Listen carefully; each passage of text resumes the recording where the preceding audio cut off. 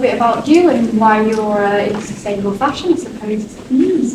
So fashion is my passion. So I teach at the business school at Leeds Beckett University, and I teach marketing. Before I came into work in university, I had my own vintage fashion business. I've always been interested in second-hand fashion, so now I work with lots of brands like Oxfam on student projects.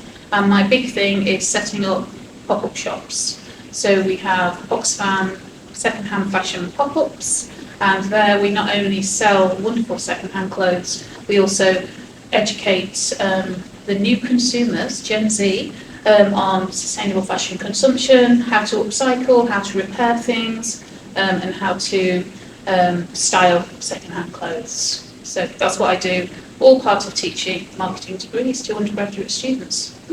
Very good.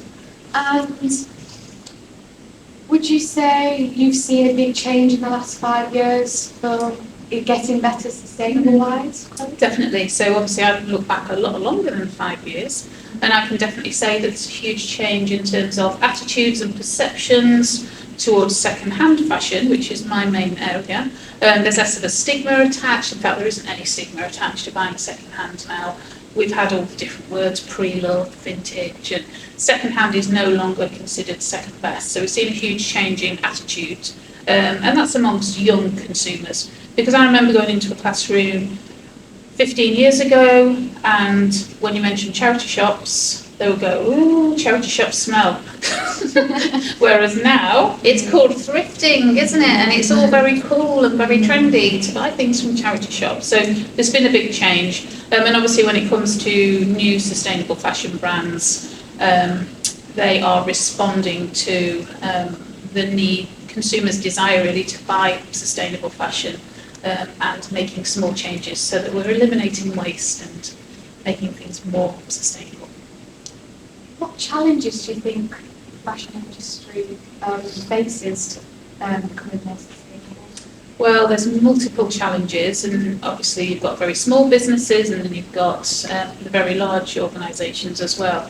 The main challenges are the cost for the small businesses of adopting sustainable fashion practices. That's even when you've got the knowledge and know-how of what you need to do. Some of the technology which might be necessary or helpful can be very expensive, and sometimes it's changing consumers' attitudes as well, because the end products can be more expensive, and we have to change consumers' mindsets so that they see that you've got to pay a little bit more, but those garments are going to last you longer. So really it's about the whole supply chain and all those different individual people within the supply chain just adapting and changing a little bit more what they do, and that's how we can become more sustainable. What advice would you give to younger generations like ourselves to try and become more sustainable?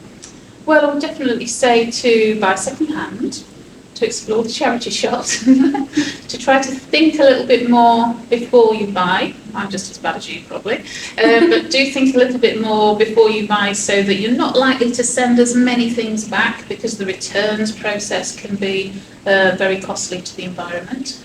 And also just learn some simple repurposing, customization and repair techniques that you can do on the existing clothes that you've got. That can enable you to look at your wardrobe and instead of thinking, I've got nothing to wear, actually, what could I do with the clothes that I do have? And sometimes that's even to do with styling them in new ways, mixing things together that you perhaps hadn't thought of before. Maybe you can learn how to make your own clothes. Would you ever make your own clothes, or have you?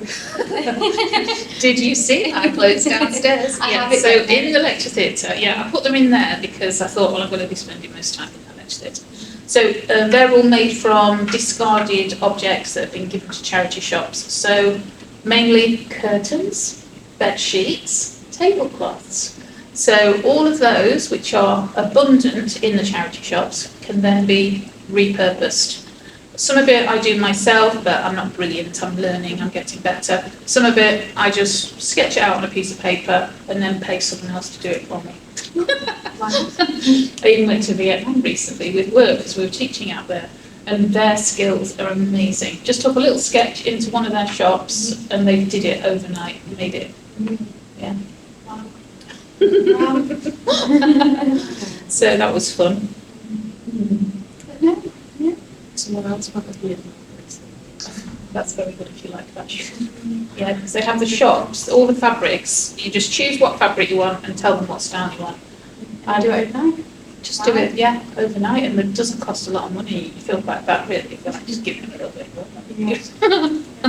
But yeah, that's fun. Yeah. Well, I think that's kind of sums up the whole interview, but thank you very much for... That's okay. So where is this going to be used then?